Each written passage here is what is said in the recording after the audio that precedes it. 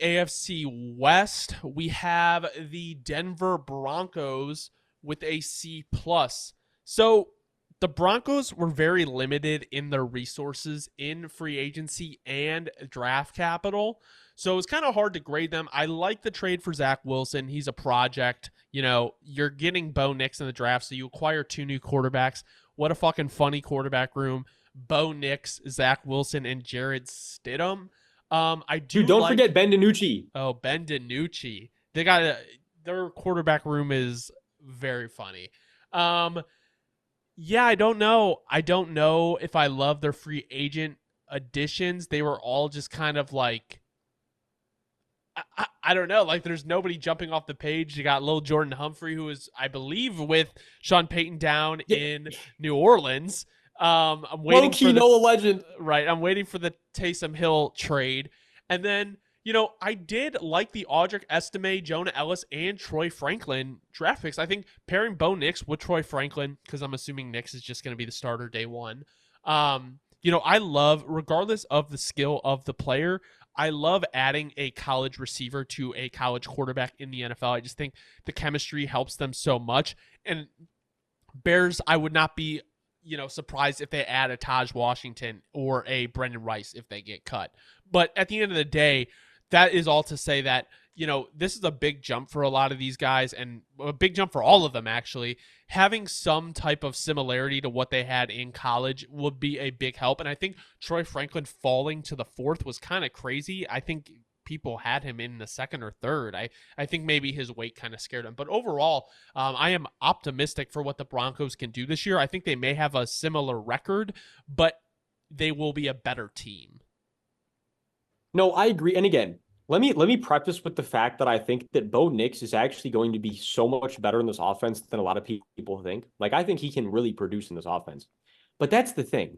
It's actually not about Bo Nix. It's about the fact that, like you said, you really touched on everything. This team has done nothing to move the needle to be a true competitor, especially in their division that they're in. And again, let me be clear. This is not Sean Payton's fault at all. Sean Payton truly walked into a really effed up situation. I'm sure thinking he'd be able to fix the kinks in Russ's game, only to realize that him and Russ were going to just bash heads forever because they're very much not the same type of people. And it just was never going to work. All of a sudden, now he's in a full blown rebuild situation. And I know that's not what he signed up for, but they're navigating it the best they can, right? I think the thing that we have to acknowledge more than anything, though, is it's like just you have guys like Marvin Mims, Troy Franklin, but Cortland Sutton doesn't stay healthy. Josh Reynolds isn't moving the needle. As far as defense goes, you've wasted a lot of high round draft picks over the last couple of years on guys that just haven't panned out, that have not even starters this upcoming year. The edge rushers are just not moving the needle at all. The cornerback room minus Pat Surtain is like genuinely tragic. The safety room is not good. Like, it's like, if we're being realistic, where are the Broncos going to go from here? Like, I guess this is the thing.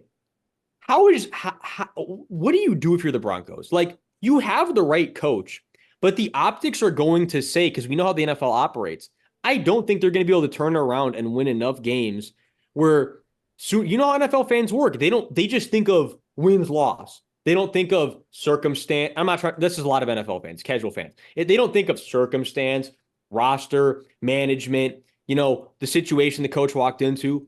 You can see it, bro. The writing's on the wall. A year or two down the road, the Broncos, fans are going to be, the casuals are going to be, fire Sean Payton, only to fall into, I'm going down a year's prediction here. But I just feel like the trajectory I'm seeing from the Broncos right now scares me, because I just don't think that they're going to give Sean Payton enough time that he needs to really turn around this disaster of a current roster. But it's not his fault. So if you're a Broncos fan, I guess, let me know in the comments what you guys think the Broncos need to do, because I think that there is so much that needs to be done. And it's like, you don't have the resources to do it. So where do you start? Yeah, I mean, I'm one of those. I think it's going to take a while, and I feel no rush for Sean Payton. I think if you're going to pay him what you're paying him, you got to know that, like, this is not this is a teardown. Like this is a teardown, reformation, rebuild, like whatever you want to call it. Like this is the start. And when you don't have early draft picks, like yes, you have the first that you had at 12 and you get the last quarterback on the board, like it's going to take some time. But yeah, going into our next team in the AFC West, we have the Kansas City Chiefs with an A.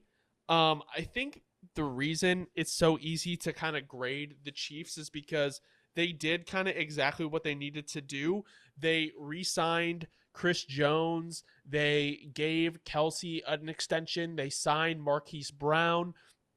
Rashee Rice is an idiot, so they drafted Xavier Worthy. I think they probably were going to draft a receiver anyway. But getting Kingsley Suamataia, Jared Wiley, Jaden Hicks, like they had a good free agent class and they had a great draft class, in my opinion. Jaden Hicks was one of my favorite safeties in the draft, and going to a team like the Chiefs is awesome because I just loved watching him play. And hopefully Wiley can learn a thing or two from Kelsey as he kind of gets a little bit older there. No, absolutely. So the first thing I want to touch on just before it slips my ADD brain is what you were saying about Jaden Hicks.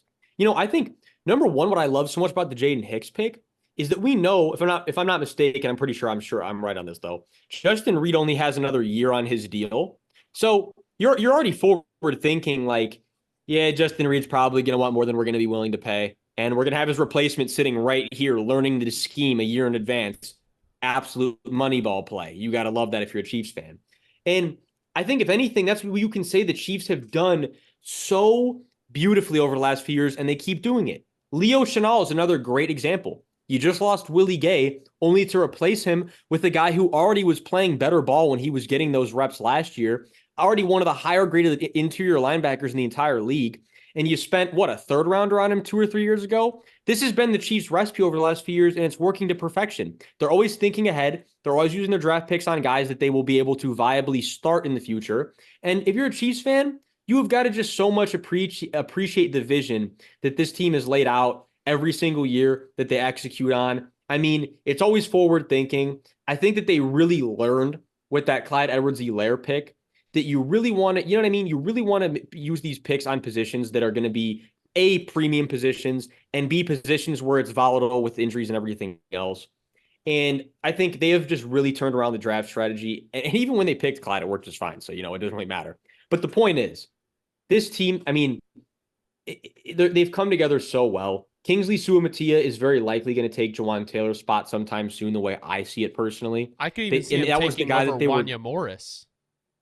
I could either way. If Jawan Taylor plays how he did again last year, I think it'll be Jawan's spot, but I also can very much see it being Wanya, and then maybe even kick Wanya over. I don't know. There's a lot of ways they could go about it. But the bottom line is you got the guy that you wanted at pick 32, at pick 64.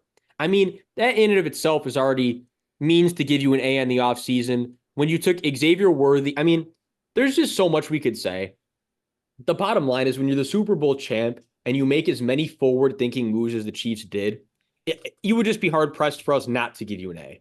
Yeah, I mean, there's really not much to say. I mean, if the Rashee Rice, deal kind of works out where it's like he's not in that big of trouble. I mean, he just smacked someone in Dallas, so not going great for him.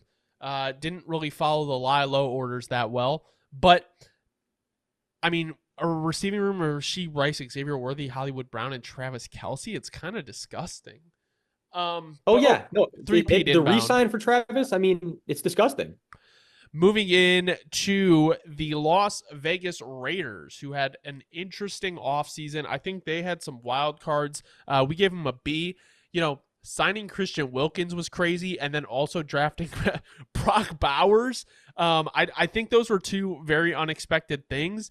And I'm not going to lie, though. I do like what Tom Telesco is doing here with the Raiders. No, surprisingly enough, because, again, I always admit, when they signed, Telesco, there was a lot of shit talk for me, a lot of banter, a lot of running jokes.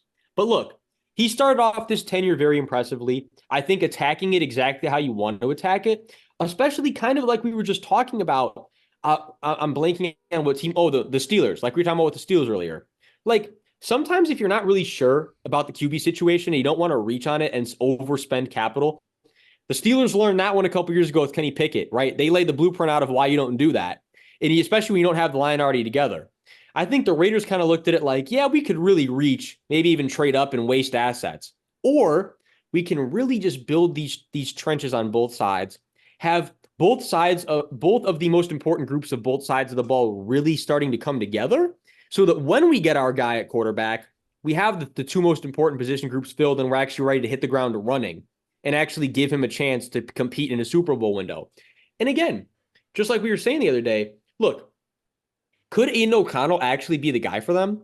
I can't say for sure no yet. I mean, he could make a humongous jump this year, and then all of a sudden, the Raiders are in a position where you're saying to yourself, I don't think they're competing for the Lombardi, but they're competing in that division at the least. And again, I don't think that's likely, but it's a great, what am I looking for here? It's a great best case scenario to have when the reality of the situation is that your floor is that you're really putting together two very impressive trench groups.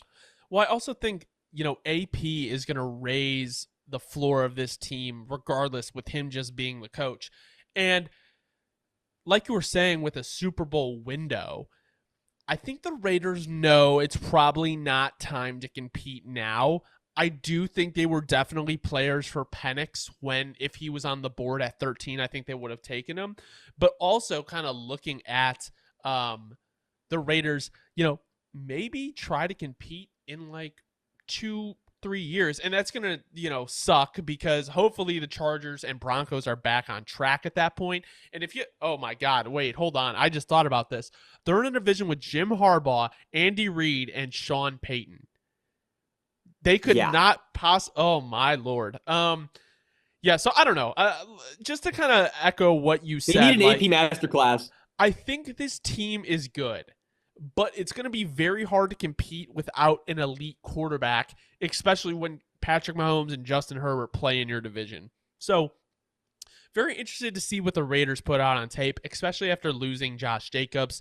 We'll see what Zamir White has going into the year. But overall, I think like we were talking about yesterday with Marcus is they did kind of build that depth on the offensive line, and that's something that I think, can never be overlooked. Cody Whitehair is not a scrub, and neither is Pete. They're both good offensive linemen, especially for depth pieces. So, moving into our final team of the AFC West, we have the Los Angeles Chargers with a B. They, let go of Keenan Allen and Mike Williams, and their signings of J.K. Dobbins, Gus Edwards, DJ Shark, and Hayden Hurst were kind of unmoving, but I did actually really, really like their draft class. I think, Joe Alt and Ladd McConkey being their first two picks really set this team up well, and what the Chargers are going to do. They want to run the ball. This is going to take a couple years, but once Harbaugh gets his team going, I feel like the Chargers can be a dominant team for a long time, especially with the quarterback already in place. No, for sure. Again, they realistically, and I think Chargers fans would agree, they definitely still have a very fair amount of work to be done on that interior of the O-line. But it doesn't have to be done this year necessarily. I think that is going to be, I'll give you a heavy prediction. I think we're going to see them taking a heavy dose of interior O-line at some point in the draft next year, whether it's early, whether it's late. I think that we're going to see them take an interior early. That early prediction on the next year's draft for the Chargers. But outside of that, the receiving core is definitely starting to come together. If Quentin Johnston can make a big jump this year, that him and Ladd, it's a very nice complement, duo. Like they complement each other's skill sets. Yeah, and let's say with Josh too, like Josh Palmer, these guys all do very much have a very nice complement off of each other. I think as far as the defense goes, if we're being objective, Joey Bosa and Khalil Mack, Joey Bosa and Khalil Mack are getting older, and on top of that, Joey Bosa is just injury prone as anything. I don't mean to be disrespectful, but Joey Bosa is incredibly injury prone. And Khalil Mack, as impressive as he just played last year, you have to always ask yourself when he's getting up there in age, how much he's going to have left in the tank. That's always going to be in the back of your mind. Derwin James hasn't come back from the injuries, the same as he was before. He's still a productive safety, but he's not the old Derwin. Call it for what it is. I mean, he especially last year, not old Derwin. Alohi Gilman actually was a much better safety last year. So, but that's the thing, is if we're at a point now where the two best players on this Chargers defense are Alohi Gilman and a very, very aging Khalil Mack, and Joey Bosa when he's out there 1 out of every 6 games. You know what I mean? There's a lot of work that needs to be done on this defense. A lot.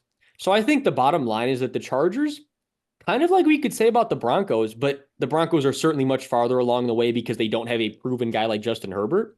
But if Justin Herbert was in the Chargers building, I think you could very much compare the situations very, very, very close of the Chargers and Broncos right now.